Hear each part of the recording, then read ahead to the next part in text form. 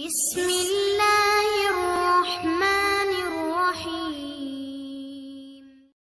এখানে প্রমাণ হয়ে গেল লাউলা কালামা খালাফতুল আফলাক, এই কথাটা যদিও আপনার সরাসরি হাদিসে নাই, তারপরেও কি এর সাপোর্টে হাদিস আছে না নাই? আছে না নাই? এই যে দুইটা হাদিস বললাম, এখানে দুইটা কথা।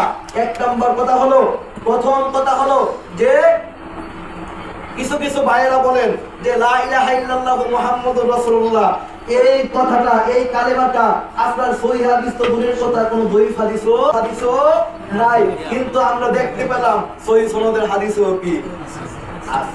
দ্বিতীয় কথা হলো, যে কথাটা বলা হয়েছে যে মুহাম্মদুর রাসূলুল্লাহ সাল্লাল্লাহু আলাইহি ওয়াসাল্লামকে যদি সৃষ্টি করা না হতো, আল্লাহ পাক রব্বুল আলামিন কোনো কিছু সৃষ্টি করতেন না, কথাটা যদিও সরাসরি নাই, এর পক্ষে হাদিস আছে না নাই? আছে।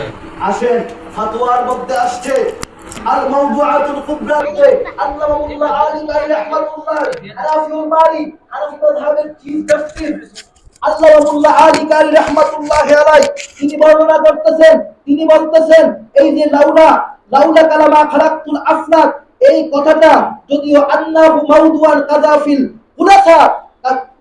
কুনাসা, এইটা যদি শব্দের দিকে হলেও, শব্দের দিকতে যদিও যায়, কিন্তু লাকিন্না মা'নাহু সহিহান, কিন্তু এর অর্থটা হলো সহিহ, এর সাপোর্টে সহিহ কথা আছে, এর সাপোর্টে সহিহ হাদিস আছে। লাউলা কালামা খালাকতুল আফলাক, কথাটা যদিও দুর্বল, কথাটা যদিও আপনার সরাসরি এইভাবে হাদিসে নাই, কিন্তু কথাটা শব্দের দিক দিয়ে না থাকলেও অর্থের দিক দিয়ে আছে। আল্লাহু আকবার বলেন। আল্লাহু আকবার। এখানে তিনি হাদিস বলতেছেন, আতানি জিবরাইল ফাকালা ইয়া মুহাম্মাদু লাউলা কামা খালাকতুল জান্নাতা ওয়ালাউলা কামা খালাকতুন নারা, ওয়া ফি রিওয়ায়াত ইবনে আসাকির লাউলা কামা খালাকতুদ দুনিয়া, আল্লাহুল আলামিন এই দুনিয়াকে সৃষ্টি করতেন না যদি আল্লাহ রাসূলকে সৃষ্টি না করেন। আমাদের যে ঈমানটা, এই ঈমানটা কি দলিলের ভিতরে আছে না নাই? আছে। দলিলে আছে না নাই? আমরা কি অন্ধভাবে ঈমানদার নাকি দলিল সহকারে ঈমানদার? দলিল সহকারে। যদিও ঈমানদার অন্ধভাবে হওয়াটাই জরুরি। ঈমানদার অন্ধভাবে হওয়া কি জরুরি? আল্লাযীনা ইউমিনুনা বিল গায়ব, ঈমানের সর্বপ্রথম শর্ত হলো অদৃশ্যের উপরে ঈমান আনা। সুবহানাল্লাহ। তাইলে গায়েবের উপরে ঈমান আনতে হবে। দলিল আমাদের প্রয়োজন নাই, দলিল দিয়ে আমরা ঈমানদার না, কিন্তু তোমরা যখন আমাদের ঈমানের উপরে দলিল দিয়ে আঘাত আনো, তার জন্য আমরা তোমাদেরকে দলিল দিয়ে বুঝাইতে চাই যে আমরা ঈমান আনছি ভিত্তিহীন ভাবে নয়, অবশ্যই তার মধ্যে ভিত্তি আছে না নাই? আছে। তাইলে আজকে থেকে যদি কোনো মৌলবী, কোনো ব্যক্তি আয়েশা বলে যে আল্লাহ রাসূলকে সৃষ্টি না করলে তোমার এই দুনিয়াকে সৃষ্টি করা হইতো না, এই কথাটা হাদিসে নাই, তখন জবাব কি হবে? জবাব কি হবে? কথাটা হাদিসে নাই, কিন্তু বিষয়টা সত্য। ঠিক কিনা? কে বলছেন? একটা বিষয়ের উপরে যখন ফতোয়া চলে আসে, তখন আর দলিলের প্রয়োজন নাই। কারণ যে ফতোয়া দিয়েছেন ঠিক আমার মতো মুফতি নাকি তার চেয়ে বড়? কত বড়? আমার উস্তাদ সমতুল্য? তার উস্তাদ সমতুল্য না। আপনার আজকের থেকে শুরু করে যদি কোটি কোটি মুফতি এখানে আয়না বসাই দেওয়া হয়, বর্তমান জমানায় একজন মোল্লা আলী কারি জন্ম হওয়া সম্ভব না। এখন আমরা বুঝতে পারলাম আমাদের আকীদার উপরে তারা আঘাত করতে চায়, কিন্তু আমরা আকীদার উপর আঘাত করতে দেব না। কারণ যতক্ষণ পর্যন্ত ঈমানদার একজনও বেঁচে থাকবে, ততক্ষণ পর্যন্ত যদি কারবালা বারবারও ফিরে আসে, তারপর আল্লামা ইকবাল বলে ইসলাম জিন্দা হোতা হে আর কারবালা কে বাদ। আল্লাহ পাক রব্বুল আলামিন ইসলামকে বারবার জিন্দা করবে, যতবার কারবালা হবে ততবার ইসলাম পুনরায় জিন্দা হবে। সুবহানাল্লাহ। কারবালা হলেও আমরা এই আল্লাহর রাসূলের ইসলামকে, আল্লাহর রাসূলের ঈমানের আকীদার বিশ্বাসকে আমরা আমাদের অন্তর থেকে ছেড়ে দিব। তার জন্য যদি রক্ত দিতে হয় আমরা দিব ইনশাআল্লাহ। এই কারণে হয় তারা তো পেট মৌলবী, টাকার বিনিময়ে কথা কয়, কিন্তু আপনার আমার মতো সরল প্রাণ মুসলমান তাদের পিছনে কিভাবে ঘুরি? তারা যখন বেয়াদবি করতেছে, গুস্তাখি করতেছে আল্লাহ রাসূলের শানে, কিভাবে আমরা তাদের পক্ষে কথা বলি, তাদেরকে সাপোর্ট করি? তাদেরকে আপনি সাপোর্ট করা মানে ইমান যখন লক্ষ লক্ষ ইমানদারের ইমান তারা হরণ করতেছে, তারা যে দাজ্জালের কাজটা করতেছে, এই দাজ্জালকে সাপোর্ট তাদেরকে করলে হয়। আপনি কিভাবে করেন? আমরা আমাদের ইমানের হেফাজত তো করতে পারবো না। আল্লাহর দরবারে বলবো, মাবুদ আমাদেরকে তোমার হাবিবের উসিলায়, আউলিয়া কেরামের উসিলায় আমাদের ইমানটাকে রক্ষা করো। কারণ আমাদের মধ্যে আমল নাই, আমাদের মধ্যে এলেম নাই, আমাদের মধ্যে একটা জিনিস আছে, শুধু এটা হলো কি, অন্তরে অগাধ বিশ্বাস আর হইল আদব, এন্তেসারি, আজিজি। ঠিক কিনা বলেন? দ্বিতীয় কথা হলো, আমি বলছিলাম কি আকীদার কথা একটা বলবো।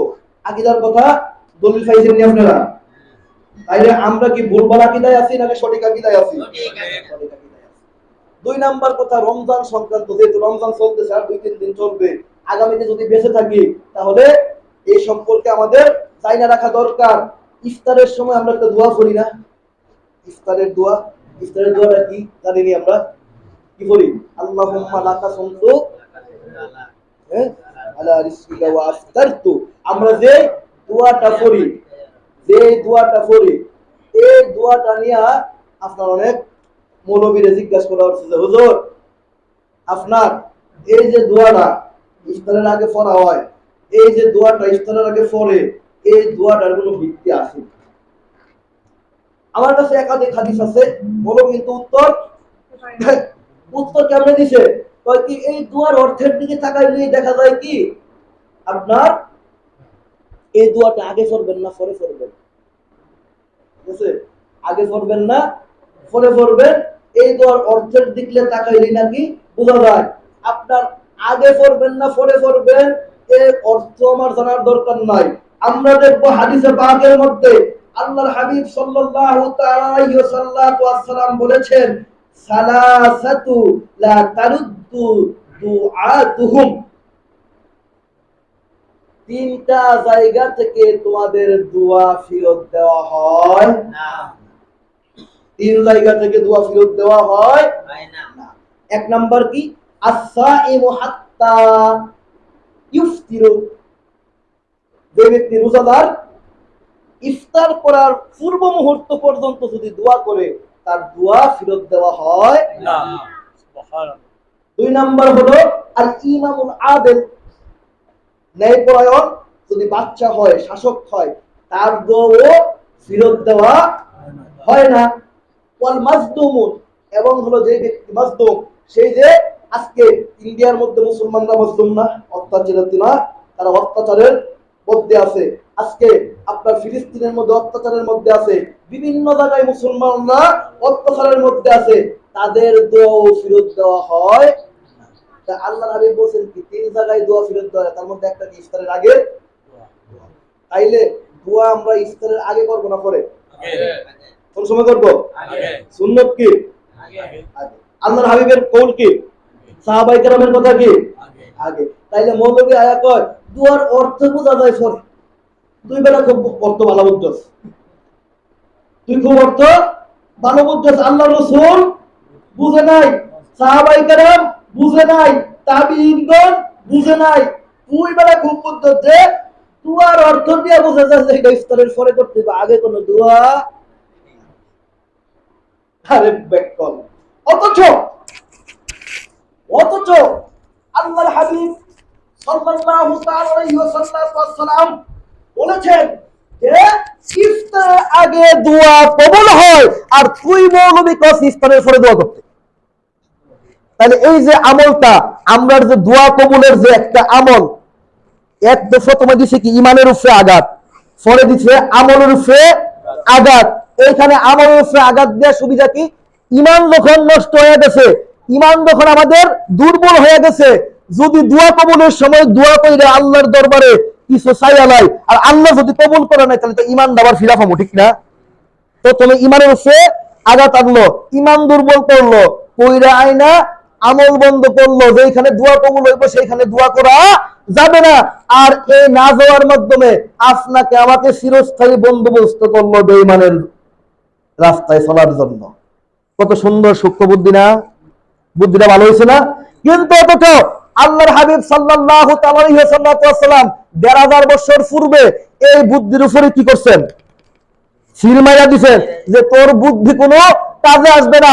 আল্লাহ পাক রব্বুল আলামিনের কাছে শয়তান চাইছে যে রব্বুল আলামিন আমাকে ক্ষমতা দাও তোমার আদম সন্তানের রগে রগে শিরায় শিরায় ঘোরার জন্য। আল্লাহ পাক রব্বুল আলামিন বলল দিয়া দিলাম।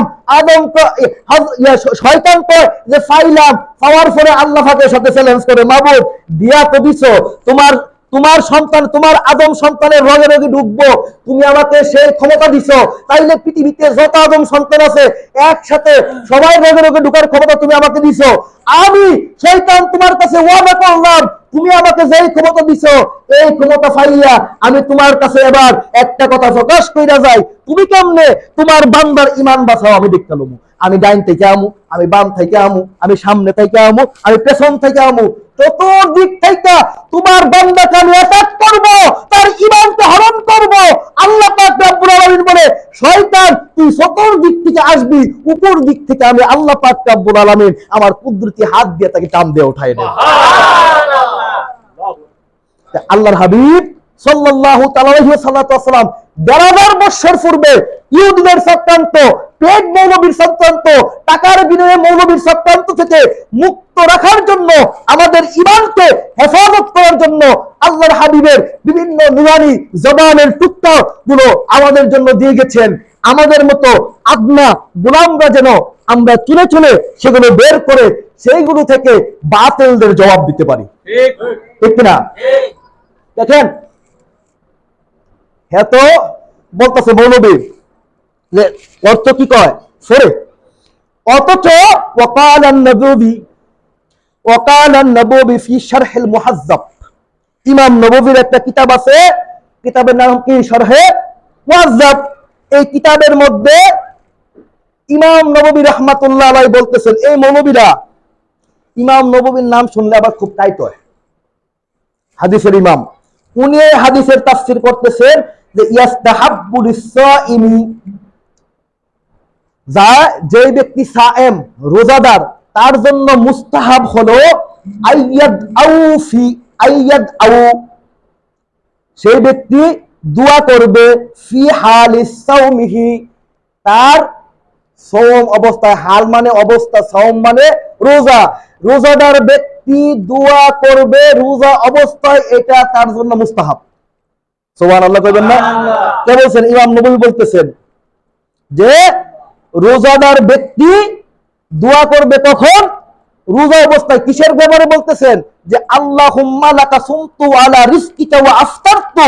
এই হাদিসের ব্যাখ্যা করতে গিয়া ইমাম নববী শরহ মুআজ্জাবের মধ্যে বলতেছেন যে রোজাদারের জন্য কি হলো? মুস্তাহাব হলো ইফতারের পূর্বে আল্লাহুম্মা লাকা সুমতু পড়া। সুবহানাল্লাহ। তো মৌলবী তুমি অর্থ বুঝছো, ইমাম নববী বুঝে নাই নাকি? অর্থে যদি কয়, অথচ আফতার তু অর্থ কি? আফতার তু, হ্যাঁ ইফতারি করেছি, তাইলে আপনার এখানে অর্থ হচ্ছে আমি ইফতারি করেছি। এই অর্থ হওয়ার পরেও ইমাম নববী বলতেছে কি যে ইয়াস্তাহাব্বু, তার জন্য মুস্তাহাব হলো ইফতারের আগে দোয়া করা। কোন সুবহানাল্লাহ। আর আল্লাহ রাসূলের হাদিস দ্বারা আমরা জানতে পারলাম যে আপনার ইফতারের আগে দোয়া করলে দোয়া কবুল হয়। কোন সুবহানাল্লাহ। তাহলে আমরা কি মৌলবীর কথা শুনবো না আল্লাহ রাসূলের কথা শুনবো? আল্লাহ রাসূলের কথা। তাহলে আমরা কি দোয়া কি পরে করবো না আগে? খাবার আগেও দোয়া করবো, পরেও দোয়া করব। আগে করাও সুন্নাত, পরে করাও কি সুন্নাত। বিসমিল্লাহির রহমান, বিসমিল্লাহি আলা বারাকাতিল্লাহ কইছিল আমরা শুরু করি না? তাহলে আগে করা কি সুন্নাত না? এটা কি সুন্নাত না? তাহলে পরে যে আমরা করি আলহামদুলিল্লাহিল্লাযী পড়ি, এটাও কি সুন্নাত না?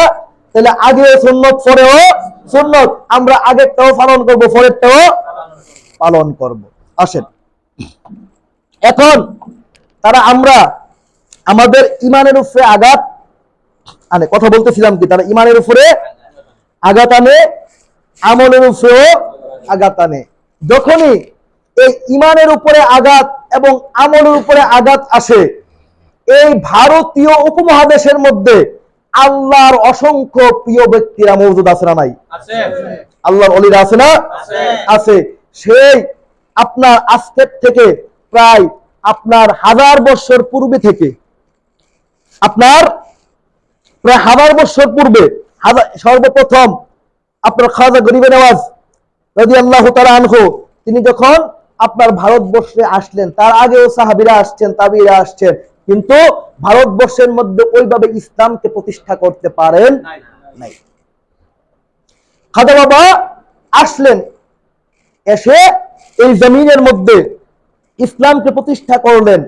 উনার মাধ্যমে এই উপমহাদেশের মধ্যে ভারত থেকে বাংলাদেশে হযরত শাহজালাল ইয়ামানী রাহমাতুল্লাহ আলাইহি 360 আউলিয়া যখন পৃথিবীতে এই বাংলাদেশের মধ্যে প্রবেশ করলেন, সেই সিলহট্ট দিয়ে, সিলেট দিয়ে প্রবেশ করে 360 আউলিয়া দিয়ে সারা বাংলাদেশের মধ্যে ছড়াইয়া দিলেন।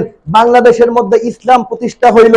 যখনই বাংলাদেশের মানুষের উপরে আপনার ইহুদিদের চক্রান্ত চলে, পেট মৌলবীদের চক্রান্ত চলে, তখনই আমরা সাধারণ মানুষরা আউলিয়া কেরামের দরবারে যাই, ঠিক কিনা বলে? গিয়া সেরা জিজ্ঞাসা করে যে এটা কি ঠিক না বেঠিক, তখন হুজুররা কইয়া দেয় কি আউলিয়া মানে আপনার আল্লাহর ওলিদের দরবার থেকে উলামায়ে কেরাম বলে দেয় যে না, তারা নতুন নতুন বইরা তোমাদের ঈমানকে ধ্বংস করতেছে।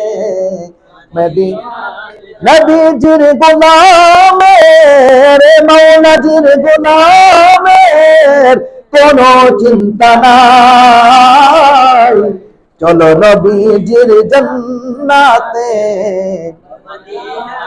যাই, নবীজির জান্নাতে আদা নবী নূর নবী তুমি কমলেওয়ালা,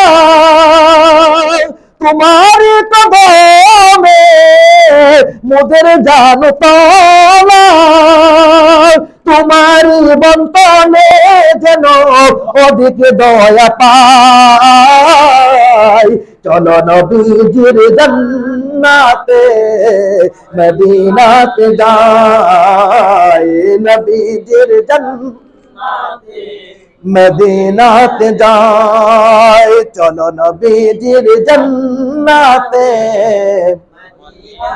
যাই, নবীজির জান্নাতে।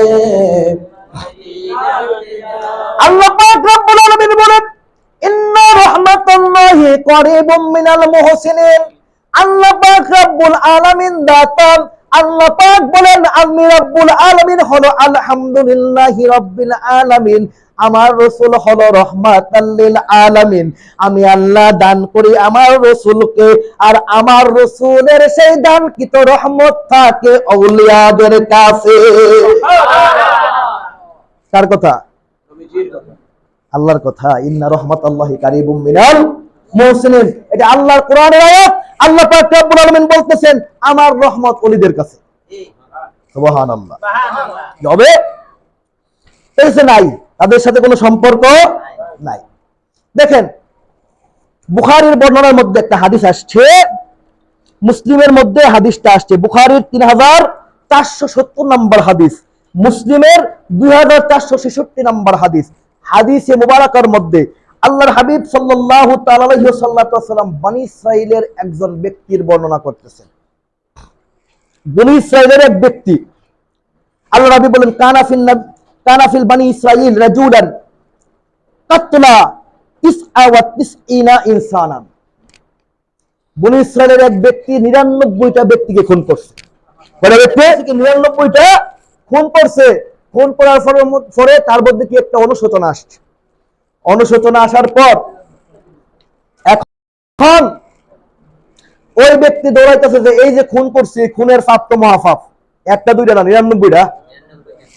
দৌড়াইতে দৌড়াইতে গিয়া এক পাদ্রীর সাথে দেখা, হাদিসে পাকের মধ্যে আসছে একজন পাদ্রী, এই পাদ্রীর সাথে দেখা হয়েছে। পাদ্রীর গিয়ে জিজ্ঞেসে যে পাদ্রী সাহেব, আমি তো 99টা খুন করছি, আমার কি মাপ পাওয়ার সম্ভাবনা আছে? পাদ্রী কয় জীবনও সম্ভব না, তুই কেমনে মাপ পাস? একটা খুন করলে জাহান্নাম, তুই করছিস 99টা। এটা কি ইয়া তো মাছ কি মামার বাড়ির মুয়া পাইছো? তোকে একটা ভালো কথা, তাইলে যদি হাদিসে পাকের মধ্যে আসছে 99টা খুন করার পরে পাদ্রীকে যখন জিজ্ঞাসা করলো যে ও হুজুর, আর তারা হুজুর তো নাকি পাদ্রী, হুজুর মাপ পাওয়ার কোনো সুযোগ আসেনি, ওকে 99টা কোনোভাবে সম্ভব না, ওকে যে তো মাপ পাইতাম না, সেঞ্চুরিটা করে সমস্যা কি? গেছান মাইরা দিলাম, মাইরা নাকি মাইরা দিয়ে গেছে 100 পূর্ণ। এই যে পাগলা দৌড়াচ্ছে 100টা করে আসছি, আগে 99টা যে কইছে ক্ষমা পাইতাম না 100, আসলে কি আমার ক্ষমা হইব না? আমার তো জীবন শেষ, আমার চোখে এখন একটু কম দেখি, শরীরে একটু শক্তি কম পাই, আগের মতো দৌড়াইতে পারি না, আগের মতো কাজ করতে পারি না, মরতে তো হবে, শুনছি যে মরণের কথা, মরতে হবে। এই মনের ভিতরে ভয় উদ্রেক হইলো, দৌড়াইতে লাগলো, হঠাৎ করে একজন মুসলিম আলেমের সামনে পড়লো। এটা আমার কথা না, হাদিসের কথা। একজন আলেমের সামনে পড়লো, এই আলেম আবেদ, এই ব্যক্তি বললেন যে দৌড়াচ্ছ কেন বাবা, কেন দৌড়াচ্ছ? তোকে এই ঘটনা 99টা করার পরে একটা জিজ্ঞাসা করছি এক পাদ্রী রে, আমি পণ্ডিত মনে করে জিজ্ঞাসা করছি, সে পণ্ডিত বটে, কিন্তু সে পণ্ডিত হওয়ার পরেও আমাকে বলছে কি ক্ষমা নাই। তাহলে ক্ষমা যেহেতু নাই, তাহলে তো বাসায় আর খেয়ে লাভ নাই, আপনি কোন ক্ষমা আছে না নাই? তো উনি তো আলেম ছিলেন, আবেদ ছিলেন, উনি বলতেছে ক্ষমা অবশ্যই তোমার আছে, যাও ওই যে ওইদিকে একটা গ্রাম আছে, ওই গ্রামে যাও, সেইখানে গেলে আল্লাহ পাক রব্বুল আলামিন তোমার তওবা কবুল করবে। সুবহানাল্লাহ। এই যে হাদিসটা, এই হাদিসটা বুখারী শরীফের মধ্যে আসছে।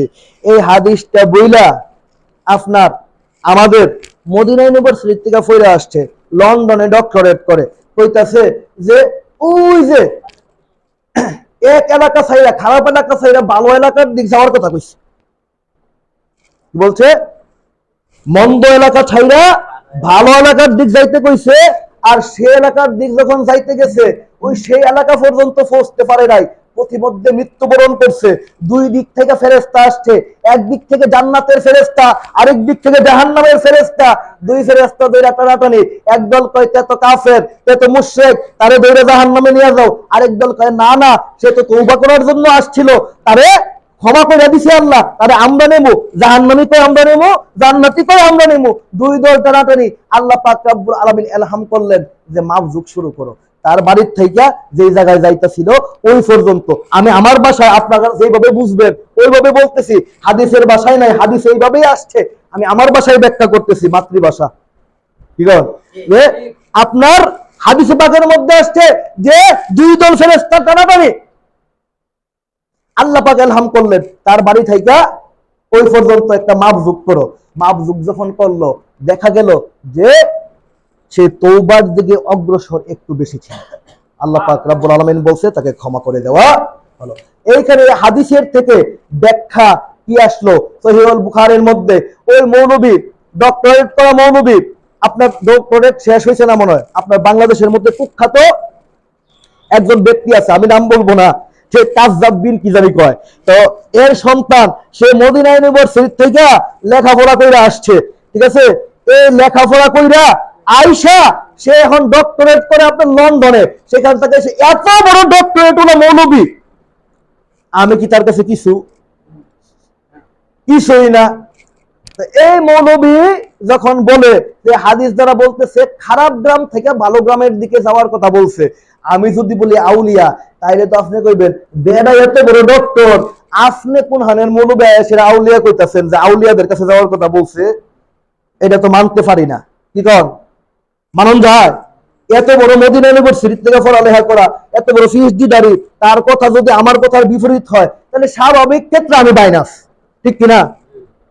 এটা সে স্বাভাবিক কথা না, ভয় পাওয়ার তো কিছু না। এটাই কি এবারে বড়, আমি ছোট, অবশ্যই কি বড়রা ছোটদের থেকে উত্তম। ঠিক কিনা?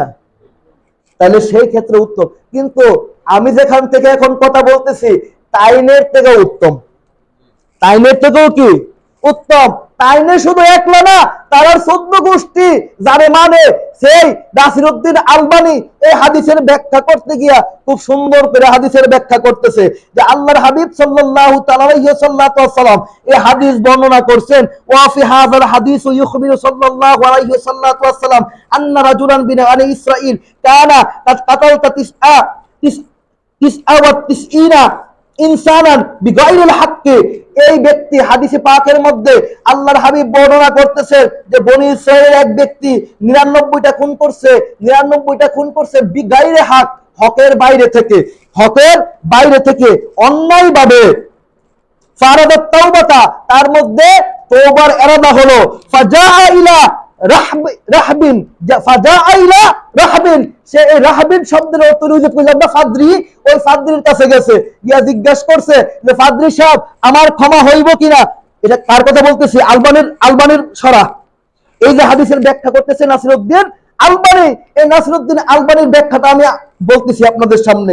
সেইখানে বলতেছেন রহমাতান, ফাজাআ ইলা রহমাতান, এই ব্যক্তি একজন খ্রিস্টান ফাদরির কাছে গেছে, গিয়া জিজ্ঞেস করলো যে আই আবিদিন মিনান নাসারা, এই রহমান শব্দের অর্থ বলতেছেন আই আবিদিন মিনান নাসারা, সে হলো নাসারার একজন আবেদ ছিলেন। ওয়া ফি যালিকা ইশআরুন বিইজনি যালিকা ওয়া কাদা বা'a ওয়া বা'দা রাফউল ঈসা আলাইহিস সালাতু ওয়াস সালাম, তার নিসবত সম্পর্কে বলতেছেন ওই ফাদরি এগুলো বলতেছে। এই ফাদরির কাছে যখন জিজ্ঞাসা করছে যে কি আনিত ফাসআলুহু আনিত তাওবা, তাওবা সম্পর্কে, তখন ফাকারা লাহু লাইসা লাকাত তাওবাতা, তোমার তওবা কবুল হবে না। ওয়াকাদ হাযা রাহবাতি ফিল খাতিয়া, এই ফাদরি নাসিরউদ্দিন আলবানি বলতেছে যে এই ফাদরি দুইটা কি করছে? ভুল করছে। উত্তর দিতে গিয়ে দুইটা ভুল করছে। একটা ভুল হলো আউয়ালু ইন্নাকা সাদাকাতুর রাহমাতাল্লাহি, আল্লাহ অবশ্যই ইন্নাহু সাইতান রাহমাতাল্লাহি, আল্লাহর রহমতের ব্যাপারে সে আপনার কি করছে? আপনার সন্দেহ পোষণ করছে বা হালকা করে দেখছে। আর দ্বিতীয়ত হলো আউয়ালান ওয়া সানিয়ান আন্নাহু আত্তা বিগাইরি ইলমি ফাকাতালাহু রাজুলু ওয়া আকমালাহু, মানে আন্নাহু আফতা বিগাইরি ইলম। প্রথমটা হলো আল্লাহর রহমতের ব্যাপারে সে কি করছে? আল্লাহর রহমতের ব্যাপারে তার নজরআন্দাজ করছে, সে ওইটাকে হালকাভাবে দেখছে। আর দ্বিতীয় হইল গায়রে এলেম, তার এলেম ছাড়া উত্তর দিছে, তার মধ্যে এই ব্যাপারে উত্তর দেওয়ার কোনো এলেম ছিল না। সে আলেম না, এলেম ছাড়া ফতোয়া দিছে, তাই ভুল করছে। আর এই ভুলের মাসুল হলো কি? মৃত্যুদণ্ড। আচ্ছা গেল। তারপর কি বলতেছেন? যখন আপনার আমি মূল জায়গায় চলে যাই যে আপনার আন্নাহু বিগাইরি আলাইহিস ফাতে নাফসি ফালাম ইয়াসাব জাআলা ইয়াসালুল উখরা ইলা ইন্না জাআর আলিমুল উলামা, যখন এই ব্যক্তি উলামাদের মধ্য থেকে একজন আলেমের কাছে পৌঁছলেন, ফাসাআলাহু আনিত তাওবা, ফাসাআলাহু আনিত তাওবা, তওবা সম্পর্কে তাকে জিজ্ঞাসা করলেন। যখন একজন মুসলিম আলেমকে পাইলেন, তাকে তওবা সম্পর্কে জিজ্ঞাসা করলেন। ফাকারালাহুল আলিমান, ওই আলেম তাকে উত্তর দিলেন লা ইয়ামনাউকা মিনাত তাওবাতি শাইআন, কোনো কিছু তোমাকে বাধা প্রদান করে না তোমার তওবা করতে। সুবহানাল্লাহ। কোনো কিছু তোমাকে বাধা প্রদান করে না তোমার তওবা করতে। তারপর কি বলতেছেন? ওয়া আমারাহু আইয়াযহাবা ইলাল কারিয়াতিল মুইন্নাতি, বলতেছেন আইয়াযহাবা, তুমি যাও ইলা কারিয়াতিল মুইন্না, ওই গ্রামের দিকে, ওই গ্রামের দিকে যাও। ওই গ্রামটা কি? ইউবাদু ফিহিল্লাহি আযজা ওয়া জাল্লা, ওইখানে রয়েছে আল্লাহর আবেদ বান্দাগণ। সুবহানাল্লাহ। ওইখানে রয়েছে আল্লাহর আবেদ বান্দাগণ। ওয়া কানাত কারিয়াত সাওয়া, ওই গ্রামটা, কারিয়াতুল শব্দের অর্থ হলো গ্রাম, ওই গ্রামটা হইল উত্তম একটা গ্রাম। কারিয়াতুল সাওয়া, ওই গ্রামটা হইল উত্তম একটা কি গান। কেন? ফামাতার রাজুলু,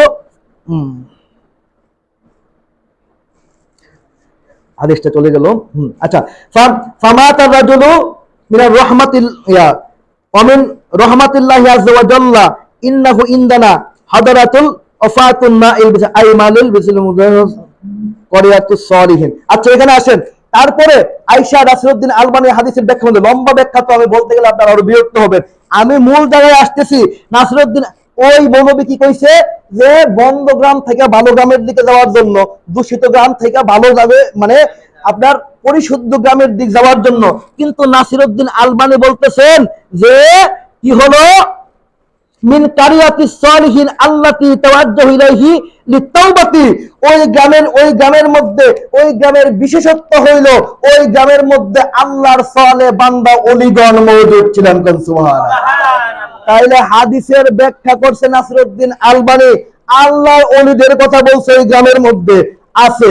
এখন আপনাদের কাছে প্রশ্ন যে ডক্টরেট ওলা ব্যক্তির সাথে আমার কথার কনফ্লিক্ট হলে ডক্টরেটের ওজন বেশি হবে, আমার ওজন কম হবে, কিন্তু তার মতো কোটি ডক্টর যারে মানে এই নাসিরউদ্দিন আলবানীর কথা যদি তার সাথে সংঘর্ষ হয়, তাইলে এই সংঘর্ষটার ক্ষেত্রে জয়ী কে হবে?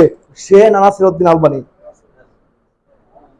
তার ইমাম বলতেছে কি, হাদিস দ্বারা বোঝায় কি যে আল্লাহর ওই বান্দা আল্লাহর ওলিদের গ্রামের দিকে যাচ্ছিল তওবা করার জন্য, তাই আল্লাহ পাক রব্বুল আলামিন তাকে ক্ষমা কইরা জান্নাতি ঘোষণা করছেন। সুবহানাল্লাহ।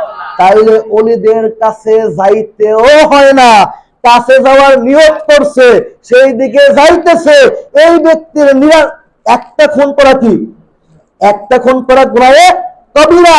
আর যদি কেউ খুন করাকে জায়েজ মনে করে কুফরি, তাইলে যদি সে তো খুন করতেছে জায়েজ মনে করে, প্রথমে জায়েজ মনে করে যখন 99টা কুফরি করার পর 100টা খুন করার পর যখন অলির দরবারের দিকে দৌড় দিল, খুদ বুখারীর বর্ণনা আসছে যে অলির দরবারের দিকে দৌড় দিতে দেরি হলো, আল্লাহ পাক রব্বুল আলামিন তার খাতাটা জাহান্নাম থেকে জান্নাতের মধ্যে ডাইভার্ট করলো।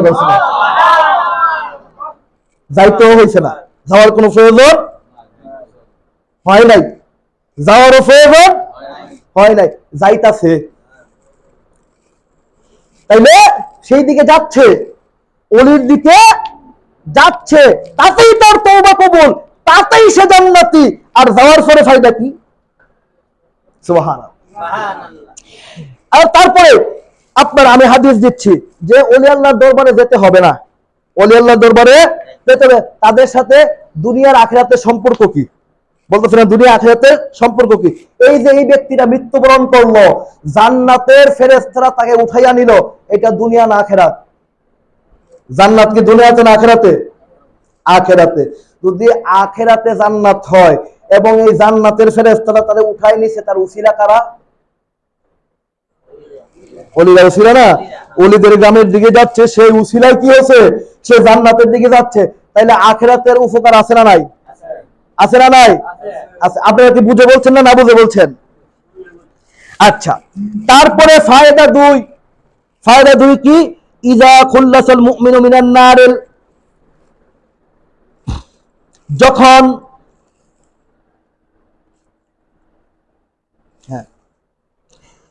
ইজা খালাসাল মুমিনু মিনান নারে ওয়া আমিনু, এখানেও আপনার বর্ণনা আসছে। এই বর্ণনা হলো সহিহ সনদে হাদিসটার মধ্যে আসছে। এই হাদিসটা সহিহ সনদ আবু সাঈদ খুদরি রাদিয়াল্লাহু তাআলা আনহু থেকে, আলবানী হাকিম তাওয়াকাস সালাতের মধ্যে ইসনাদুহু সহিহ আলা শারতি শাইখাইন, আখরাজুন নাসাই, ইবনে মাজাহ, আহমদ, এই তিনটা হাদিসের কিতাবের মধ্যে হাদিসটা সহিহ সনদ সূত্রে আসছে যে কি, যে যখন আপনার মুমিন বান্দাদেরকে কাল হাসরের ময়দানে মুমিন বান্দাদেরকে যখন আল্লাহ পাক রব্বুল আলামিন আপনার বিচার কার্য শেষ কইরা তাদেরকে জান্নাতের দিকে দিবে, যে যাও তোমরা জান্নাতে যাও, তখন এই মুমিন বান্দারা আল্লাহর দরবারে কি করবে জানেন? আল্লাহর সাথে কি করবে? বিতর্ক করবে। মা বুজাদিল আহাদিন লিসাহিবিতি ফিল হাক্কি, হাদিসের ভাষা যে তোমরা এইরকম আল্লাহর সাথে যে বান্দা ঝগড়া করবে, এই বান্দারা ঝগড়া করবে, এমন ঝগড়া তোমরা দুনিয়াতেও দেখো নাই। দুনিয়াতে কেউ জায়গা সম্পত্তি হক আদায় করতে গিয়েও কি এমন ঝগড়া করে নাই যে ঝগড়া হাসরের ময়দানে আল্লাহর ওলিরা আল্লাহর লগে করবে। কেন করবে?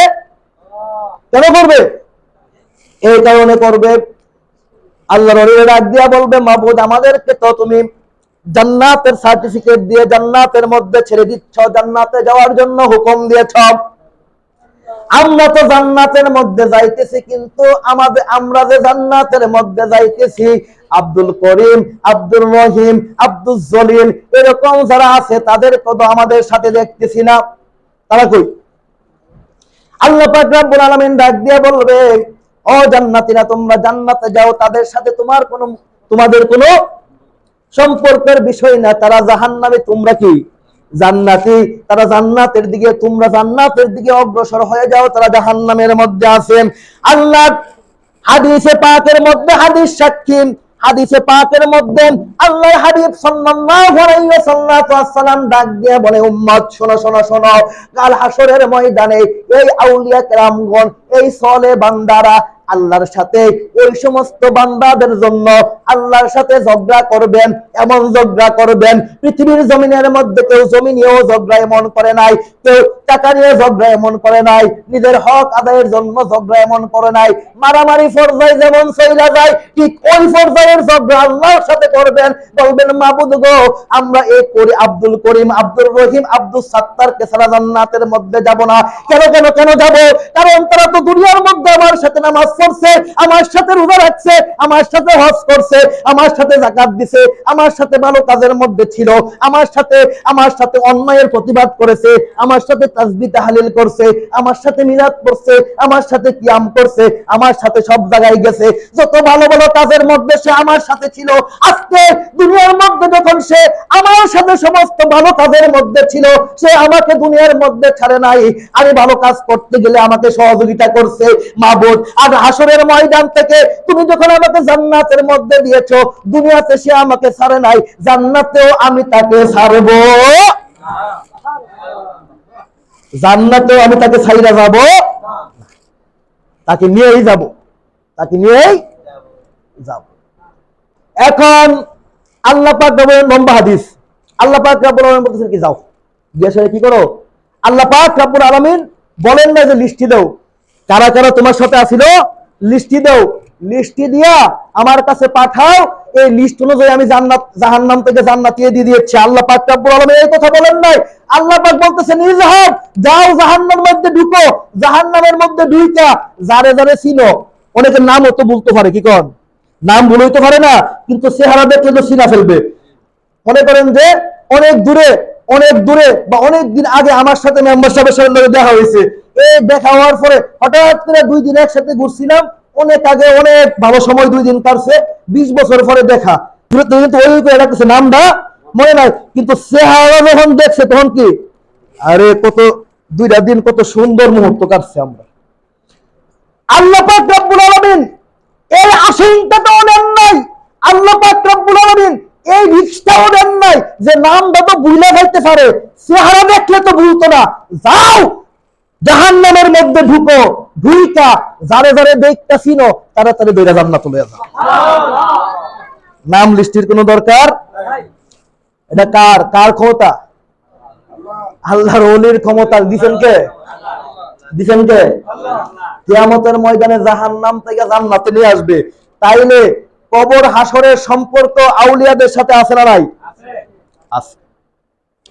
তারপর এরকম করে আমি যদি বলতে যাই যে দুনিয়াতে ফায়দা আছে না নাই? দুনিয়াতে ফায়দা আছে। কেমন ফায়দা? আপনার অনেকগুলো হাদিসের কিতাবের মধ্যে আসছে, আপনার অনেকগুলো হাদিসের কিতাবের মধ্যে আসছে, লা ইয়াজানা ফি উম্মতি সালাসুনা বিহিম তাকুমুল আরদুম ওয়া বিহিম তুমতারুনা ওয়া বিহি তানসুরুনা ওয়ালা কাতাদা ইন্নী আরজু আন ইয়াকুনুল আসানু মিনহুম। আমার উম্মতের মধ্যে 30 জন আবদাল রয়েছে, তাদের ওসিলায় পৃথিবী বহাল আছে। কয়জন? আল্লাহর হাবিব বলেন, আমার উম্মতের মধ্যে 30 জন আবদাল আছে, তাদের জন্য পৃথিবী বহাল আছে। ক্ষমতা কার? কে দিবেন? আবদাল কি আল্লাহর না শয়তানের? আল্লাহর না শয়তানের? তা আল্লাহর আবদাল এদের মাধ্যমে আল্লাহ পাক রব্বুল আলামিন পৃথিবী বহাল রাখেন। তাইলে পৃথিবীর সাথে তাদের সম্পর্ক আছে না নাই? মৌলবী কয় দুনিয়ার লগে সম্পর্ক নাই, মৌলবী কয় কবরের লগে সম্পর্ক নাই, মৌলবী কয় হাসরের লগে সম্পর্ক নাই, মৌলবী কয় অর্থনীতির সাথে সম্পর্ক নাই। অর্থনীতির সাথে সম্পর্ক আছে। আল্লাহর ওলিদের মাধ্যমে আল্লাহ পাক রব্বুল আলামিন রিজিক বন্টন করেন, কোন সুবহানাল্লাহ। তাদের একাধিক অসংখ্য একাধিক হাদিস রয়েছে। আমি আর দলিলের দিকে যাচ্ছি না, অনেকক্ষণ আলোচনা করছি, আমি শেষের দিকে উপসংহার করে দিচ্ছি যে আপনার আল্লাহর ওলিদের মাধ্যমে দলিল আমাদের কাছে মওজুদ আছে যে আল্লাহ পাক রব্বুল আলামিন আল্লাহর ওলিদের ওসিলায় রিজিক দেয়, আল্লাহর ওলিদের ওসিলায় বৃষ্টি দেয়, আল্লাহর ওলির ওসিলায় পৃথিবীর মধ্যে রহমত দেয়, আল্লাহর ওলির ওসিলায় আপনার যুদ্ধ থেকে বিজয় দেয়, আল্লাহর ওলির ওসিলায় আযাব লাঘব হয়, কোন সুবহানাল্লাহ। তো আল্লাহর ওলির ওসিলায় যখন রিজিক আসে, এটা পৃথিবীর সাথে সম্পর্ক আছে না নাই? আল্লাহর ওলির ওসিলায় যখন আযাব দূর হয়, এইটা কবরের সাথে সম্পর্ক আছে না নাই? আছে। আল্লাহর ওলিদের দ্বারা যখন রিজিক হয়, এটা অর্থনীতির সাথে সম্পর্ক আছে না নাই? দেখেন, আল্লাহর ওলিদের দ্বারা আপনার অর্থনীতি চলে, আল্লাহর ওলিদের দ্বারা সমাজনীতি চলে, আল্লাহর ওলিদের দ্বারা রিজিক চলে, আল্লাহর ওলির দ্বারা দুনিয়া চলে, আল্লাহর ওলি দ্বারা আখিরাত চলে। আল্লাহর ওলি দ্বারা চলে না শুধু লাওয়াতাত, আল্লাহর ওলি দ্বারা চলে না শুধুমাত্র আপনার কি বদমাইশি, লুচ্চামি, আপনার ফুলাখোরা, মানে কি করে তারা তো ফুলা নাউযুবিল্লাহ আস্তাগফিরুল্লাহ। এদিকে না গেলাম যে ফুলাগণকে বলৎকার, মহিলাগণকে বলৎকার, আপনার আবার কি করে ওয়াদা করলে বলৎকার করার পরে আবার কি করে ওয়াদা করায় যে এই যে বলৎকার করছি এটা কিন্তু কইও না, তাইলে দুনিয়া আখিরাতে সমস্যা আছে। তো আল্লাহর হাবিবের আল্লাহর ওলিদের সাথে বলৎকারীর সম্পর্ক নাই, চামড়াখুরির সম্পর্ক নাই, আল্লাহর ওলিদের সাথে বদমাইশির সম্পর্ক নাই, আল্লাহর ওলিদের সাথে তোদের মতো হারামখোরের সম্পর্ক নাই। আল্লাহর ওলিদের সাথে সমাজের সম্পর্ক, অর্থনীতির সম্পর্ক, দুনিয়ার সম্পর্ক, আখিরাতের সম্পর্ক, সমস্ত সম্পর্ক আছে না নাই? এক বেয়াদব, এই বেয়াদব এতক্ষণ এই দলিলগুলো দিলাম, এই বেয়াদব আয়েশা বলতেছে যে এই যে খাজা, সে বলতেছে যে খাজা গাজা, দেখেন তার ভিডিও আমার কাছে আছে, খাজা গাজা, এটা আছে খাজা কোরআনে নাই, খাজা হাদিসে নাই, খাজা ইসবাতে নাই, খাজা কিয়াসে নাই, খাজা তাফসিরে নাই, খাজা আপনার মেরকাতে নাই, খাজা মিশকাতে নাই, খাজা মানে এক সুর এক মুখস্থে যা পারে সমস্ত করে বলতেছে কোথাও নাই। তাইলে খাজাকে বাবা বলো কেন? আমরা খাজাকে বাবা বললে দোষ, তোমরা তো বাবা হুজুর আছে, তোমাদেরও কি বাবা হুজুর আছে? তোমাদের আবুল আলা আছে, আবুল আলা মানে আমরা তো শুধু বাবা বলতেছি, তোমরা কইতেছো বাফেরও বাপ। তোমরা কি কইতেছো? বাফেরও বাপ আছে, তোমরার বাবাও আছে, বাপের বাপও আছে, তোমাদেরও বাবা আছে। কিন্তু আমরা কেন বাবা কই? আমরা যারে বাবা বলি আমরা কি মানে হ্যাঁ আমরা কই বাংলা, হারা কি কয় আরবি। আচ্ছা শুনেন, এই খাজা শব্দটা আরবি না ফার্সি? ফার্সি শব্দ। এটা কি কোরআনে থাকবে? ফার্সি শব্দ কোরআনে থাকবে, ফার্সি শব্দ হাদিসে থাকবে, ফার্সি শব্দ আপনার আদার্স বিভিন্ন কোরআন হাদিস তাফসীরের মধ্যে থাকবে। এই মৌলবী সম্পর্কে আমি জানি, যে মৌলবী এই কথা খাজা গাজা বলতেছে, যা ইচ্ছা তা খা, কোরআনে নাই, হাদিসে নাই, তাফসীরে নাই, কোথাও নাই। আরে বলো কোরআন হাদিস তো তুই পড়িস নাই, কারণ আমি জানি তুই মাদ্রাসায় পড়ছ নাই। তুই মাদ্রাসায় তাদের নাম নিতে গুস্তাখ, নামের পিছনে নবী থাকে। হাকিমুন নফসে আম্মারা, হাকিমুন নফসে আম্মারা, হাকিমুন নফস তো ঠিক আছে, কিন্তু নফসের প্রকার কয়টা? নফসের প্রকার, নফসের 7টা প্রকার, তার মধ্যে একটা কি নফসে আম্মারা মানে খারাপ নফস, ওই হইলো হাকিমুন নফসে আম্মারা। নফসে আম্মারার অধিকারী যারা, খারাপ নফসের অধিকারী, তাদের হাকিম, তাদের হাকিম। খাজা শব্দের অর্থ হলো বাদশা। খাজা গরিবের নওয়াজ হইলো গরিবদেরকে নওয়াজ দেয়, গরিবদেরকে খাবার দেয়, গরিবদেরকে সহযোগিতা করে, যিনি যারা তাদের যে বাদশা সবচেয়ে বড় খাওয়াইন না গরিবদেরকে, তার নাম খাজা গরিবের নওয়াজ। সুবহানাল্লাহ। আর খাজা বাবা, খাজা গরিবের নওয়াজ রাদিয়াল্লাহু তাআলা আনহু যদি এই ভারতবর্ষের মধ্যে আগমন না করতেন, তোমার মতো ছাগল মৌলবী, তোমার বাপ ছিল, তোমার বাপ বা দাদা বা তার দাদা নামের পিছে শ্রী ছিল, কৃষ্ণ ছিল, হরে হরে ছিল, রাম রাম ছিল। তোমার নামের এই খাজা বাবাকে কেন আমরা তাদের গোলামি করি, তাদেরকে বাবা বলি? এই কারণে বলি যে আমরা যারা বাবা বলি, আমরা কেন বলি? কারণ তারা আমাদের যে ঈমান আকীদা যারা দিয়েছেন, যারা শিখাইছেন, তাদেরও বাবা, তাদেরও বাপ। উস্তাদকে বাপ বলা যায় না? উস্তাদকে বাপ বলা যায় না? তাইলে আমার যে উস্তাদ, তার যে উস্তাদ, তার যে উস্তাদ, তার যে উস্তাদ, দুনিয়া ও আখিরাতের উস্তাদ, ইলম ও আমলের উস্তাদ, ভিতর ও বাহিরের উস্তাদ, যে তাদের উস্তাদের উস্তাদের উস্তাদ, যে তিনি হলেন খাজা গরিব নওয়াজ। বাপের বাপ, বাপের বাপ, বাপের বাপ, তাকে বাবা না বললে, তুমি যদি তাকে বাবা স্বীকার না করো, তাহলে তোমার জন্মের মধ্যে ভেজাল আছে। কারণ কি? কারণ হলো তুমি হিন্দু থেকে মুসলমান হইছো, তার মাধ্যমে তুমি খাজা বাবার মাধ্যমে তোমার পূর্বপুরুষ হিন্দু থেকে মুসলমান হয়েছে, তোমার পুরুষ বিদর্ভ থেকে ধর্ম পাইছে। তুমি যখন বিদর্ভী থেকে ধর্মে আসছো, তুমি যখন হিন্দু থেকে মুসলমান হইছো, তখন তুমি ইমানদার হইছো। এই দুই ইমানদারের মধ্যে তোমার বাপ মার মধ্যে বিয়ে হয়েছে, বিয়ে হয়ে হালাল পদ্ধতিতে আল্লাহ পাক রব্বুল আলামিন সন্তান দিয়েছে, তুমি হালাল দাদা। যখন তুমি খাজা বাবাকে অস্বীকার করবা, খাজা বাবাকে ভুয়া বলবা, তাইলে খাজা বাবার এই আনিত ধর্ম ভুয়া, আনিত ইমান ভুয়া, আনিত ইসলাম ভুয়া। এই ভুয়া ইসলাম গ্রহণ কইরা যারা ইসলামের মধ্যে শামিল হয়েছে, তারা তো মুসলমান না, তারা অমুসলিম। অমুসলিম মানে ইন্নামাল মুশরিকুনা নাজাসুন, নিশ্চয় মুশরিকটা কি? নাজাসাত, অপবিত্র। এই অপবিত্র থেকে তোমার জন্ম, তাইলে তোমার জন্ম পবিত্র।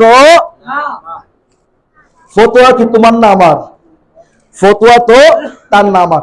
আমি এই মৌলবীকে ফতোয়া দিছি, সে হারামজাদা এবং কাফের, সে হারামজাদা এবং কাফের। এই যে ফতোয়াটা দিছি, আমার কাছে আমার ফতোয়ার রেফারেন্সে আমার কাছে আপনার রদ্দুল মুখতারের রেফারেন্স আছে, ফতোয়ায়ে তাতার খানের রেফারেন্স আছে, ফতোয়ায়ে শামির রেফারেন্স আছে, সমস্ত রেফারেন্স আমার কাছে মওজুদ আছে। কিন্তু সমস্ত রেফারেন্স মওজুদ থাকার কারণ পরও আমি আপনাদেরকে তাদের লিখিত একটা কিতাব থেকে আপনার রেফারেন্স দিচ্ছি। ওই রেফারেন্স গুলো আমি আমার কাছে রেখে দিলাম। তাদের লিখিত কিতাব ফতোয়ায়ে জামিউল উলুম, বাংলা অনুবাদ করা। হ্যাঁ, এই ফতোয়ায়ে জামিউল উলুমের মধ্যে আপনার জামিউল উলুম মাদ্রাসা মিরপুর 14 নম্বর থেকে তারা এই ফতোয়ার কিতাবটা, অনেক মৌলবীদের মুফতিদের নাম আছে এখানে, তারা এই ফতোয়ার কিতাবটা লিখছে। এই ফতোয়ার কিতাবটা লিখতে গিয়া এই ফতোয়ার কিতাবের 96 পৃষ্ঠার মধ্যে আপনার লিখতেছে যে জৈনিক ব্যক্তি খুবই আলেম বিদ্বেষী। সে বলে কওমি মাদ্রাসায় যারা পড়ে এবং যারা পড়ায় তারা গুমরা। এক সবাই সে জনগণের উদ্দেশ্যে কোন কওমি ছাত্রদের সাথে লজিং বা জায়গির রাখবেন না, রেখে থাকলে আজই বিদায় করে দিবেন, কোন সময় তাদেরকে দাওয়াত করবেন না ইত্যাদি। উক্ত ব্যক্তি সম্পর্কে শরীয়তের হুকুম জানতে চাইছে 96 পৃষ্ঠার মধ্যে। লেখাগুলো লেখছে কওমি আলেম সম্পর্কে। এখন এই এক জামাত কওমি উলামায়ে কেরাম ফতোয়া দিছে, ফতোয়ায়ে জামিউল উলুম কওমিদের এই ফতোয়ার কিতাবের মধ্যে শরীয়ত অনুসারে হাক্কানি আলেমদের অসম্মান করা, তাদেরকে গুমরা বলা, যদি তা উক্ত ব্যক্তির কোনো ব্যক্তিগত শত্রুতার কারণে হয়, তাহলে যদিও সে কাফের বা মুরতাদ হবে না, কিন্তু সে মনুষ্যত্বহীন এবং ফাসিক তো অবশ্যই। এটা কে বলছে? আমি নাকি তারা? তারা বলছে। তারপর কইতাছে, দেখেন, তারপর বলতেছে, তবে ওই ব্যক্তি যদি আলেমদের কারোর সাথে ব্যক্তিগত শত্রুতার কারণে এবং তারা দিনের ধারক বাহক এবং নবীর ওয়ারিস হওয়ার কারণে এরকম মন্তব্য করে থাকে এবং আলেমদেরকে গুমরা বলে থাকে, তাহলে তিনি যেন দ্বীন ইসলাম এবং নবী করিম সাল্লাল্লাহু আলাইহি ওয়াসাল্লামকে অসম্মান করেছে এবং গুমরা বলেছে, নাউযুবিল্লাহ। তাই এরকম ব্যক্তি আর মুসলমান থাকতে পারে না, তাই তাকে শীঘ্রই তওবা করতে হবে, নতুন করে মুসলমান হতে হবে এবং বিবাহ করে থাকলে বিবাহকে নবায়ন করতে হবে। আল্লাহু আকবার বলুন। এটা কি ফতোয়া আমার নাকি তারা? ফতোয়া কার? খাজা বাবাকে নিয়ে ভুয়া বইলা সেই ব্যক্তি কটূক্তি করছে কি করে নাই? সে ব্যক্তি কটূক্তি করছে না? এরা বলছে যদি কটূক্তি করে তাহলে সে মুসলমান থাকবে না, তার বিবি তালাক হইব। তাইলে তাদের ফতোয়ায় তার বিবি তালাক, সে অমুসলিম ঘোষণা হয়েছে কি হয় নাই? এটা কি আমার ফতোয়া না তাদের ফতোয়া? আমার অন্য ফতোয়ার দরকার নাই।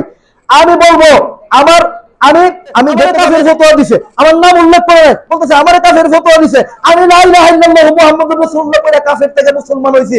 তুই কাফের থেকে মুসলমান হইছ, কিন্তু তুই নতুন করে বিয়ে করছিস নি? তোর বউর আবার নতুন করে বিয়ে করছিস নি? মুসলমান হইছস? বিয়া তোর করছস না নতুন কইরা, আবার বিয়া কর, যতক্ষণ পর্যন্ত বিয়া না করবো ততক্ষণ পর্যন্ত জানা হইব। এই ছাগল এমন ছাগল, তার বয়স 80-90 হইব, ঠিক আছে, সে বলতেছে কি আমি দ্বিতীয় বিয়া করছি আমি ফাঁদ থেকে বাঁচার লাগিয়া। কত বড় বদমাশের বয়স হলো 80-90 বছর, তার আছে কি ফাঁসে করবো কি? হ্যাঁ, বদমাশের বদমাশ দেখো কি ফাঁদ থেকে বাঁচার লাগে।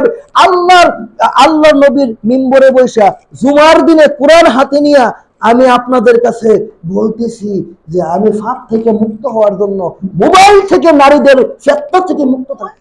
কত বড় বদমাইশ, মোবাইলে 80-90 বছরে মহিলাদের সাথে তোর ফেতনা হয়। কত বড় বদমাইশ, কে ফতোয়া দিছে? খাজা বাবা বুয়া। তার মতো ছাগল, তার লোকে গিয়েছে কাইল্লা ফাড়া যুগ হয়েছে, তার লোকে গিয়ে যুগ হয়েছে কাইল্লা ফাড়া, কেউ এক ফাড়া গিয়ে যুগ হয়েছে আরেক ফাড়া। হ্যাঁ, কয় কি আপনার লগে আমাদের বহস করার কোনো সময় নাই। তো সময় কেমনে থাকবো? তোমার তো উজু থাকতো না। রমজান মাসে ইতিকাফ করতে বইছে, ফাড়ার ঘরের ফাড়া, ঠিক আছে, ইতিকাফ করতে বইছে কিসের জন্য? তাসকিয়া নফসের জন্য। কিসের জন্য? নফসের উন্নতির জন্য না, তুই নফসের উন্নতির জন্য তুই বৈশা একটা মনে কর যে খাজা বাবা কোনো প্রকার ওলিই না, একজন মুসলমান। তো একজন মুসলমান আজকের থেকে 500-700 বছর আগে মারা গেছে, তারে নিয়ে সেটা তুই কটূক্তি করতেছস, এটা কি ইমানদারের আলামত? হ্যাঁ, খাজা গরিব নওয়াজ রাদিয়াল্লাহু তাআলা আনহুর নসল হযরত আলী রাদিয়াল্লাহু তাআলা আনহুর সাথে সম্পর্কিত। ফতোয়ার কিতাবের মধ্যে আসছে আপনার আহলে বায়াতের সাথে নফল যাদের সম্পর্কিত তাদের ব্যাপারে কটূক্তি করলে নিঃসন্দেহ কাফের, কোনো সন্দেহ নাই। ওই ব্যক্তিকে কাফের ফতোয়া দিয়ে আমি কোনো ভুল করি নাই, আর আমি যে ভুল করি নাই তার সমান কি তাদের এই ফতোয়া জামিল উলুম, তাদের ফতোয়ার কিতাব। হ্যাঁ, নিজের ফতোয়া নিজে কাফের। আমি বলবো এই কিছু কাইল্লা ফাড়া, কিছু দলা ফাড়া, কিছু সাদা ফাড়া, কিছু কালা ফাড়া, এই সমস্ত বাদ দিয়া হাকিমুন নফসগিরি বাদ দিয়া সেটা আল্লাহর ওলির গোলাম হয়ে যাও।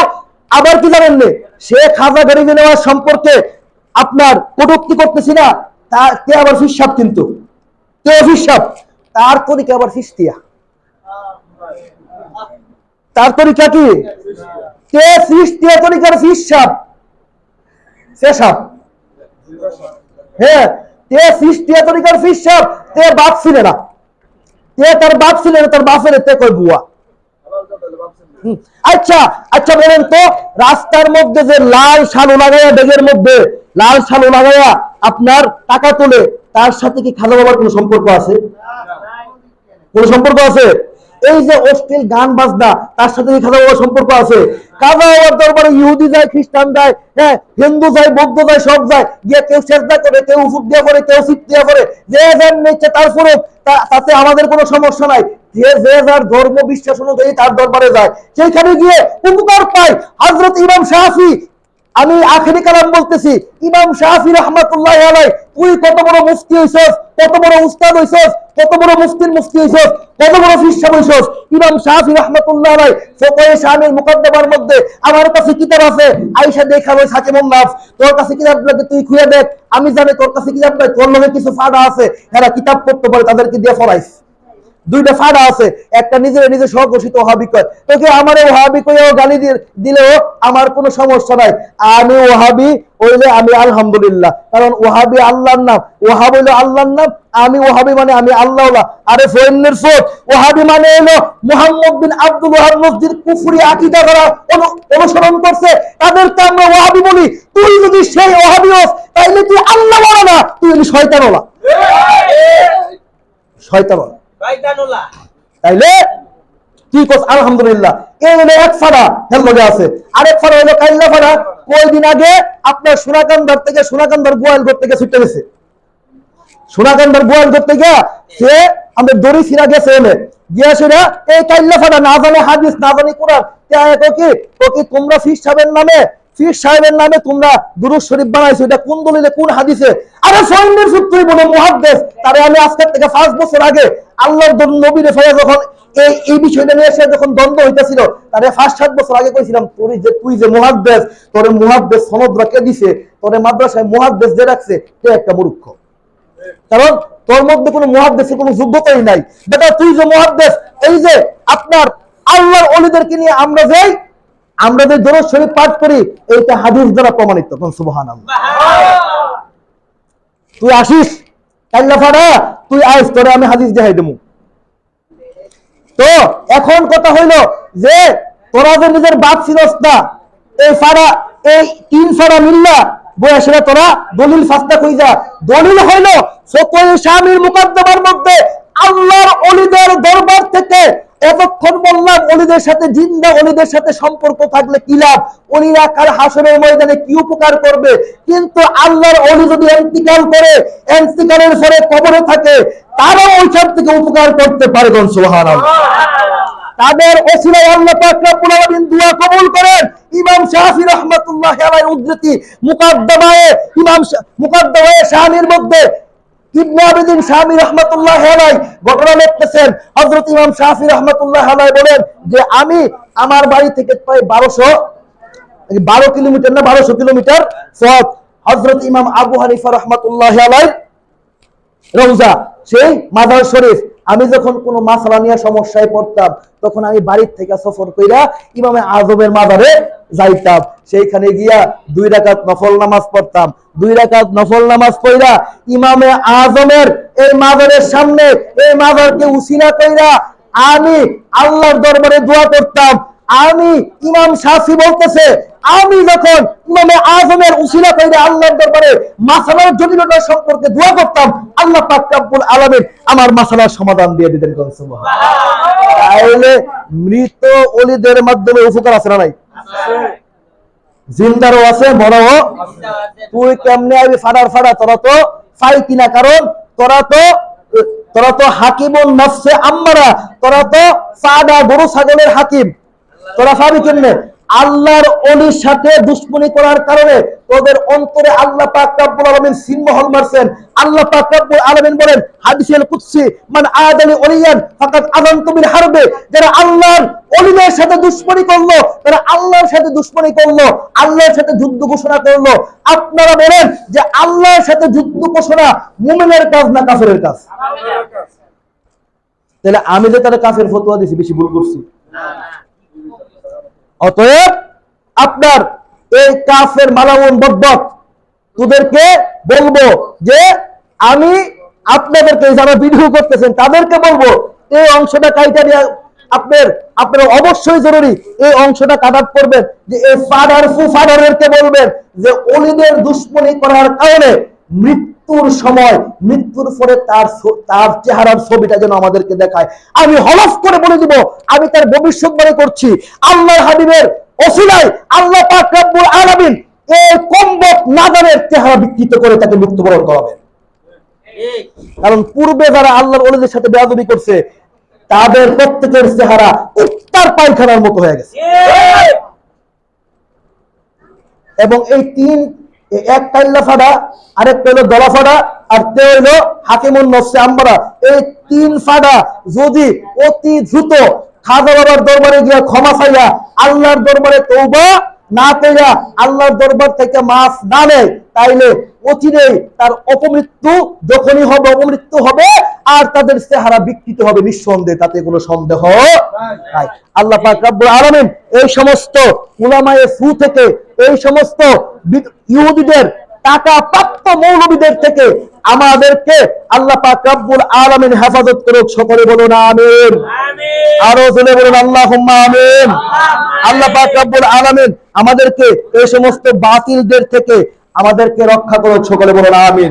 আল্লাহ পাক রব্বুল আলামিন এটাই বলেছেন, ইউরিদুনা লিউতফিউ নূরাল্লাহি ফাআফওয়াহিম আল্লাহু মুতিম্মু নূরিহি ওয়ালাউ কারিহাল কাফিরুন। তারা যদিও আল্লাহর নূরকে ফু দিয়ে নিভিয়ে দিতে চায়, তারা কখনোই পারবে না। কারণ খাজা গরিব নওয়াজের রাহবার কে? আল্লাহ। খাজা গরিব নওয়াজের সাথে আছেন কে? আল্লাহ। আল্লাহ পাক রব্বুল আলামিন এই দেখেন একটা জ্বলন্ত কারামত গরিব নওয়াজের, যেই দিন থেকে এই বেয়াদবি করছে, ওই দিন থেকে খাজার চর্চা বাড়ছে না কমছে? যেই দিন হ্যাঁ বিরোধিতা করছে এরপর দিন থেকে অনলাইন অফলাইন ভিতরে বাইরে ওয়াজে নসিহতে নরমাল সময়ে ওই দিন থেকে দেখছি কি রাইট বেশি তারা বয়া বয়া বিভিন্ন ব্যক্তিরা উলামায়ে কেরামগণ বিভিন্ন আশিকের রাসূলরা তারা গরিবে নওয়াজের নামে বিভিন্ন লাইভ করে নাত কনসার্ট করতেছে, নাত মাহফিল করতেছে, ওয়াজ করতেছে, প্রত্যেকটা জায়গায় জায়গায় সারাই বানাইতেছে, প্রত্যেকটা জায়গায় জায়গায় উনার জিকির বাড়াই দিছে। আল্লাহ পাক রব্বুল আলামিন তাদের আল্লাহ পাক রব্বুল আলামিন বলছেন, হাবিব আপনার জিকির আমি বাড়াইছি, আপনার জিকির বাড়াইতে থাকবো। তারা যতই কমাতে চাই কমাইতে পারবে না। আর আপনার গোলামি যারা করে, আমি বলি আল্লাহ রাসূলের গোলামি যারা করে তাদের জিকির যতই কমাইতে চায় এটা হলো কোনো সময় পারবে না।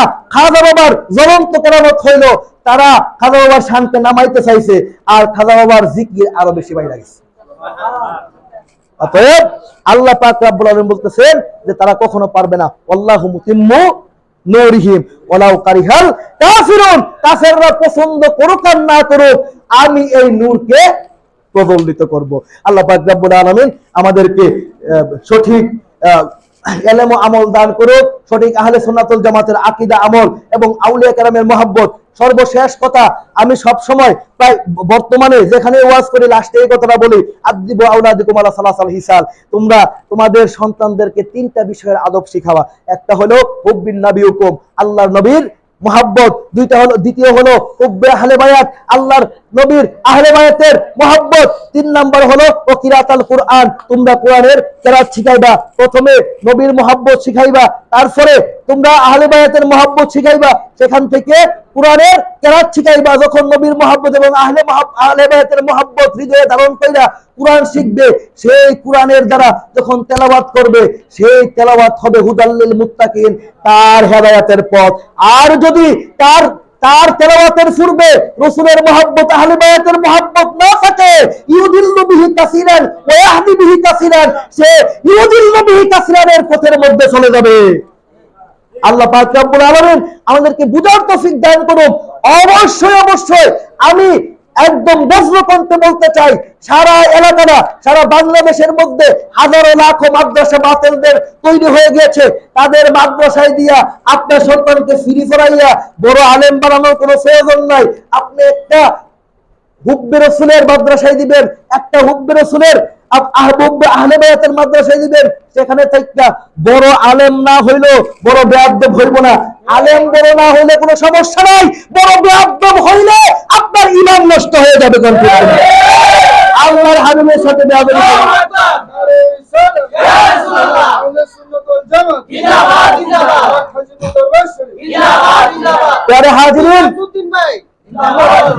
প্যারে হাজিরিন, আপনাদেরকে এটাই বলতে চাই, আপনাদেরকে এটাই জানাতে চাই, আপনারা আমি বলবো যে আপনার আবার ইবাদতের মূল উদ্দেশ্য আল্লাহ পাক রব্বুল আলামিন, ইবাদতের মধ্যে যদি আপনার ইবাদতের মধ্যে যদি আদব না থাকে, তরবিয়ত না থাকে, ইখলাস না থাকে, ইবাদত কবুল হবে না।